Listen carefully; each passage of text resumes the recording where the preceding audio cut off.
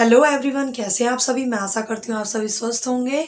आज हम यहाँ पर बात करने वाले हैं जो हमारा सीटेट में पेपर 1 है या फिर 2 है, जिसके अंदर हमारी यहाँ पर लैंग्वेज है फर्स्ट लैंग्वेज और सेकंड लैंग्वेज। तो फर्स्ट लैंग्वेज हमारी हिंदी, इंग्लिश, संस्कृत 3 लैंग्वेज है और उर्दू भी है साथ में। और सेकंड लैंग्वेज के अंदर भी हमारी संस्कृत या फिर हिंदी या फिर उर्दू, जो आपको एक यहाँ पर चूज़ करनी होती है। तो देखिएगा, अगर आपने यहाँ पर इंग्लिश को चूज़ किया है तो इंग्लिश हमारा जो रहता है यहाँ पर सब्जेक्ट, जिसके अंदर हमारा ये रहता है 30 मार्क्स का। पेपर में कितना रहता है? 30 मार्क्स का रहता है। और 30 मार्क्स में भी ये कैसे डिवाइड रहता है, यहाँ पर जो हमारा 15 मार्क्स का है ये पोर्शन रहता है ग्रामर में, और जो 15 मार्क्स का है ये रहता है पेडागोजी के अंदर। इसमें रहता है पेडागोजी में। जो एक ग्रामर है इसी के अंदर यहाँ हमारे स्टैंजास आते हैं और इसी में ही हमारे पैराग्राफ, अनसीन पैसेज आते हैं। अब देखिएगा, यहाँ पर जो आज हमने यहाँ पर टॉपिक लिया है इंग्लिश पेडागोजी का, ये टॉपिक है 1 यहाँ पर, वो है एक्विजिशन एंड लर्निंग। अब देखिएगा यहाँ पर, तो सबसे पहला जो टॉपिक है यहाँ, इसके अंदर आता है लैंग्वेज। क्या आता है? लैंग्वेज, यानी कि भाषा। तो यहाँ पर देखते हुए चलेंगे। Language is a medium through which can one express ideas, thoughts and feelings. यानी कि लैंग्वेज क्या है? भाषा है एक मीडियम, यानी कि एक माध्यम है, थ्रू विच, जिसके द्वारा एक्सप्रेस, यानी कि एक्सप्रेस क्या है यहाँ पर? प्रकट करना। क्या करना? प्रकट करना आइडियाज, थॉट्स एंड फीलिंग्स। यानी कि भाषा क्या है? जिसके द्वारा हम अपने भावों को, विचारों को क्या करते हैं? व्यक्त करते हैं या प्रकट करते हैं। वो क्या कहलाते हैं हमारे? यानी कि लैंग्वेज, यानी कि भाषा कहलाती है। क्या कहलाती है? भाषा कहलाती है। अब देखिएगा, अगर मैं भाषा, यहाँ लैंग्वेज शब्द की बात करूं, ये कौन सी भाषा से लिया गया है? तो ये है हमारा लैटिन भाषा से। किससे लिया गया है? लैटिन से। और जिसके अंदर यहाँ पर क्या आता है? लैंग आता है, जिससे लैंग्वेज शब्द यहाँ हमारा बना है। अब देखिएगा, एक्विजिशन एंड लर्निंग। क्या है? Acquisition and learning. ये देखिएगा, यहाँ पर इसका मीनिंग होता है अर्जन, और अधिगम का मीनिंग भी क्या है यहाँ पर? अधिगम। क्या है? अधिगम। अब देखिएगा, अर्जन करना भी सीखना है और अधिगम भी क्या है? सीखना है। क्या है? सीखना। अब देखिएगा, इनके अंदर बिल्कुल थोड़ा सा ही डिफरेंस है। तो अगर मैं यहाँ पर बात करूं कि जो अर्जन है और अधिगम है, दोनों में डिफरेंस क्या है? मीनिंग तो सबका एक है, यानी कि सीखना है दोनों का। अगर मैं यहाँ डिफरेंस की बात करूँ, डिफरेंस क्या है? अब यहाँ पर समझिएगा कि अगर एक बच्चा है, वो अगर यहाँ पर अपने माता पिता से, अपने भाई बहन से किसी भाषा को सीख रहा है, तो वो क्या कहलाएगी? यहाँ पर अर्जित भाषा कहलाएगी, यानी कि मातृभाषा, जो किसके अंदर आती है? एक्विजिशन के अंदर आती है। फिर देखिएगा लर्निंग। लर्निंग के अंदर क्या आता है? जैसे बच्चे ने ये तो सीख ही ली है, ये भी अधिगम के अंदर आती है, जो माता पिता से ली है। लेकिन अगर बच्चे का यानी कि स्थानांतरण हो जाए, किसी कारणवश अगर बच्चा एक स्थान से दूसरे स्थान पर चला जाए जहां एक भाषा से दूसरी भाषा बोली जाती हो, तो वहां पर बच्चा क्या करेगा? एक भाषा तो वो है जो उसने अपने माता पिता से सीखी है, और एक भाषा वो है जहां पर वो गया है, तो वहां पर उसे क्या है? यानी कि दूसरी भाषा सुनने को मिल रही है, तो उसको भी वो क्या करेगा? सीखने की कोशिश करेगा। तो अगर वो उसको सीख लेता है तो वो क्या कहलाती है? यहाँ पर अधिगम कहलाती है। क्या कहलाती है? अधिगम। अब देखिएगा, फिर इसके बाद यहाँ पर एक्विजिशन और लर्निंग के अंदर यहाँ अंतर क्या है? Learned naturally without any system. यानी कि इसको कैसे सीखा जाता है? लर्न मतलब सीखना। कैसे सीखा जाता है? नेचुरली, यानी कि प्राकृतिक रूप से।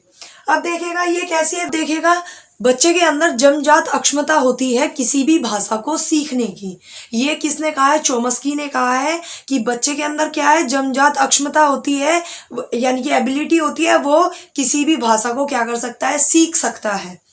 ठीक है। अब देखिएगा, फिर इसके अंदर फिर आता है learning. Learned any a systematic way, यानी कि एक व्यवस्थित ढंग से, व्यवस्थित रूप से इसको क्या किया जाता है? सीखा जाता है। तो वो क्या कहलाता है?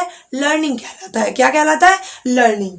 अब देखिएगा यहाँ पर कुछ कैरेक्टरिस्टिक होती है लैंग्वेज यानी कि इंग्लिश लैंग्वेज की। जैसे हिंदी लैंग्वेज के अंदर है अपनी कैरेक्टरिस्टिक, ऐसे ही अगर मैं हिंदी भाषा की बात करूं उसके अंदर भी ऐसे ही है। अगर संस्कृत की बात करूं तो संस्कृत के अंदर भी जो हमारा फर्स्ट टॉपिक है वो अधिगम एवं अर्जन है। तो इंग्लिश के अंदर भी जो हमारा फर्स्ट टॉपिक है वो क्या है, अधिगम एवं अर्जन। अब देखेगा यहाँ पर तो इसके अंदर आता है English language has its phonology, यानी कि जो इंग्लिश लैंग्वेज है, अंग्रेजी भाषा है, ये क्या है, ध्वनि विज्ञान है। क्या है, ध्वनि विज्ञान। अब देखिएगा यहाँ पर अगर कोई छोटा बालक है यानी कि छोटा बच्चा है, वो स्टार्टिंग में क्या करता है, सीधा शब्द का तो प्रयोग नहीं करता ना, तो वो क्या करता है यानी कि कुछ ध्वनियां निकालता है। क्या निकालता है, ध्वनियां। और ध्वनियां जैसे ही बड़ा रूप लेती हैं तो वे क्या कहलाती है, शब्द कहलाती हैं। और जब शब्दों का बड़ा रूप आ जाता है तो वो क्या कहलाता है, एक वाक्य कहलाता है यानी कि सेंटेंस कहलाता है। क्या कहलाता है, सेंटेंस कहलाता है। फिर देखेगा यहाँ पर तो अब देखें जो ये ध्वनि विज्ञान है इसको यहाँ पर अल्फाबेट बोलते हैं, यानी कि हिंदी के अंदर हम वर्णमाला बोलते हैं और इंग्लिश में क्या बोलते हैं, यहाँ पर अल्फाबेट बोलते हैं। अब देखिएगा इंग्लिश में जो अल्फाबेट है उनकी जो यहाँ पर मात्रा है वो कितने हैं, यानी कि संख्या कितनी है उनकी, 26। कितनी है, 26। अब 26 को भी यहाँ पर डिवाइड किया गया है वोवल के अंदर और कॉन्सोनेंट्स में डिवाइड किया गया है। अब देखिएगा अगर मैं यहाँ पर वोवल की बात करूं तो वोवल होते हैं टोटल 5। कितने होते हैं, 5। अब देखिएगा 5 ये है कौन कौन से, ए ई आई ओ यू। तो कितने हमारे वोवल्स, 5 है, यानी कि ए ई आई ओ और यू। तो कितने हमारे 5 है वोवल्स। फिर देखिएगा कॉन्सोनेंट। अब देखिए टोटल कितने हैं, 26। तो अगर 26 में से 5 हमने निकाल दिए तो कितना बचा, 21। तो 21 क्या है यहाँ पर हमारे कॉन्सोनेंट है। क्या है, कॉन्सोनेंट, यानी कि 21 क्या है हमारे यहाँ पर, कॉन्सोनेंट है। तो इनको हम हिंदी में बोलते हैं स्वर और इसको बोलते हैं हम यहाँ पर व्यंजन। क्या बोलते हैं, व्यंजन। अब देखिएगा कुछ यहाँ पर साउंड भी है। अगर मैं बात करूं यहाँ पर वोवल साउंड की, किसकी बात करूं, वोवल साउंड की, तो अगर इनके नंबर्स की मैं बात करूं तो ये कितने हैं यहाँ पर, 20। कितने होते हैं, 20। और अगर मैं कॉन्सोनेंट साउंड की बात करूं, कॉन्सोनेंट जो साउंड है ये, कॉन्सोनेंट साउंड कितने होते हैं, 24। जो कॉन्सोनेंट साउंड है उनकी जो संख्या है वो कितने हैं, 24। अब देखिएगा यहाँ पर फोनेम्स की अगर मैं बात करूं तो ये कितने होते हैं, 45। कितने होते हैं, 45। आई होप आपको सभी ये समझ आया होगा। अगर आपको वीडियो में कुछ भी डाउट है तो आप कमेंट बॉक्स में कमेंट करके पूछ सकते हैं या कमेंट बॉक्स में कमेंट करके बता सकते हैं। इसको आप यहाँ पर नोट करते हुए चलिएगा या फिर आप स्क्रीनशॉट ले लीजिएगा। अब देखिएगा यहाँ पर अब हम बात करेंगे यहाँ लैंग्वेज यानी कि भाषा। अब देखिए अगर मैं आपको यानी कि कोई बात समझा पा रही हूँ तो किसके द्वारा समझा रही हूँ, यहाँ भाषा के द्वारा। अगर आप मेरी यहाँ लैंग्वेज को तो समझ रहे हैं तभी तो आप यहाँ पर सीख रहे हैं, तो वो क्या कहलाती है, भाषा। जिसके द्वारा हम अपने विचारों को, भावों को क्या करते हैं, प्रकट करते हैं, वो क्या कहलाती है, भाषा कहलाती है। अब देखिएगा भाषा भी दो तरीके से है, एक क्या है बाइलिंगुअल, एक क्या है मल्टीलिंगुअल। अब देखिएगा अगर मैं बाइलिंगुअल की बात करूँ तो यानी कि इसके अंदर क्या आती है, टू लैंग्वेज। क्या आती है, टू लैंग्वेज। क्या आती है, टू लैंग्वेज, यानी कि एक तो मदर टंग है और एक मदर टंग के अलावा अगर हम कोई सेकंड लैंग्वेज यहाँ पर बोल रहे हैं तो वो क्या आती है, बाइलिंगुअल के अंदर आती है। फिर देखिएगा मल्टीलिंगुअल। अब देखिएगा इसके अंदर क्या है, यानी कि मोर लैंग्वेज। क्या आती है, मोर लैंग्वेज, जिसके अंदर हम क्या करते हैं, यानी कि दो या दो से अधिक यहाँ पर भाषा हम बोलते हैं तो वो किसके अंदर आती है, मल्टीलिंगुअल के अंदर आती है। फिर देखिएगा यहाँ पर कुछ कीवर्ड दिए गए हैं, फोनोलॉजी और मॉर्फोलॉजी और सिंटैक्स। अब देखिएगा यहाँ पर अगर मैं फोनोलॉजी की बात करूं तो ये क्या है, यहाँ पर ध्वनि विज्ञान। क्या है, ध्वनि विज्ञान। हिंदी में क्या बोलते हैं हम इसको, ध्वनि विज्ञान। फिर देखेगा यहाँ पर मॉर्फोलॉजी, इसको हम बोलते हैं आकृति विज्ञान। क्या बोलते हैं, आकृति विज्ञान। फिर देखेगा इसके बाद आता है यहाँ पर सिंटैक्स, जिसको हम क्या बोलते हैं, वाक्य विन्यास। क्या बोलते हैं, वाक्य विन्यास या फिर वर्ण विन्यास, जिसको हम बोलते हैं हिंदी में।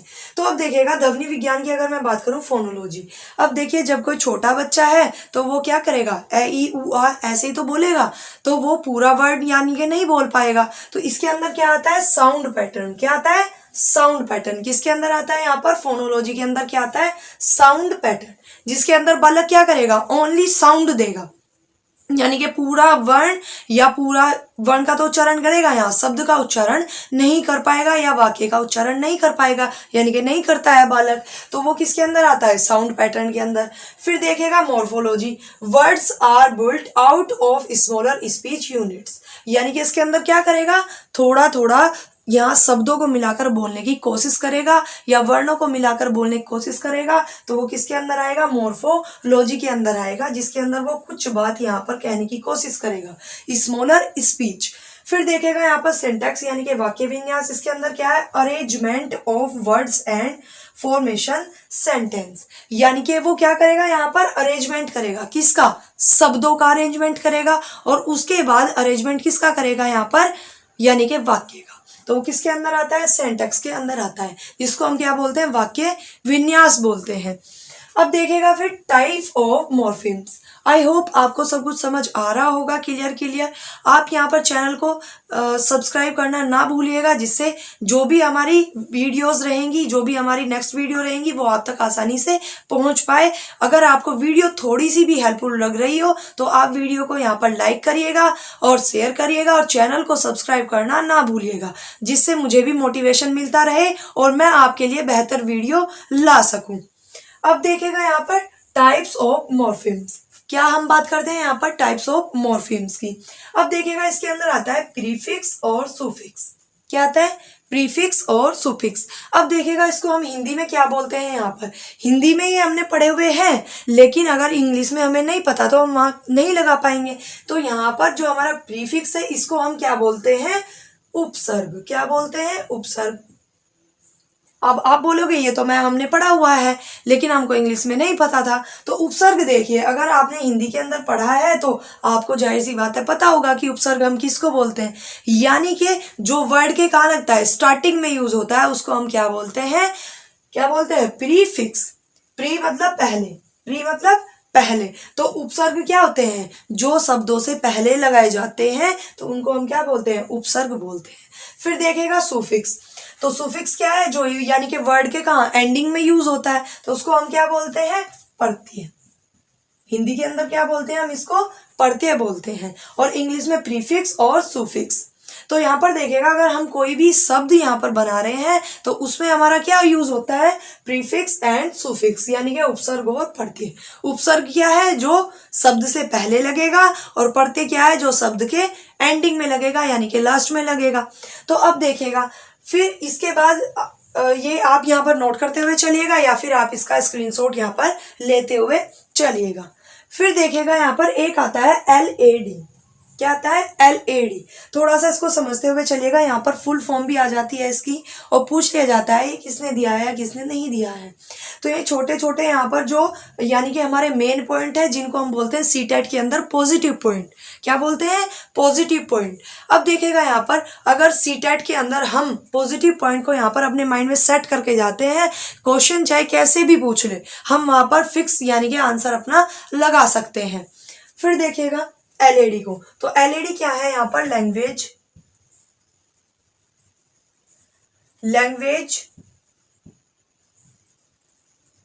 Acquisition device. क्या है, लैंग्वेज एक्विजिशन डिवाइस, यानी कि भाषा को अर्जन करने की युक्ति, भाषा को अर्जन करने की युक्ति। अब देखिएगा ये दिया किसने है और कब दिया है, तो ये दिया है चोम्स्की जी ने। किसने दिया है, चोम्स्की जी ने। और कब दिया है, 1960 में दिया है। कब दिया है, 1960 के अंदर। तो आप इसको भी यहाँ पर नोट करते हुए चलिएगा। आई होप आपको वीडियो पसंद आई होगी, तो आप वीडियो को लाइक करिएगा और चैनल को सब्सक्राइब करना ना भूलिएगा। नेक्स्ट वीडियो के लिए यहाँ पर बेल आइकन को प्रेस कर लीजिएगा, जिससे जो भी नोटिफिकेशन हो वो आप तक शीघ्र ही पहुंच पाए और आप अपनी तैयारी बेहतर कर पाए।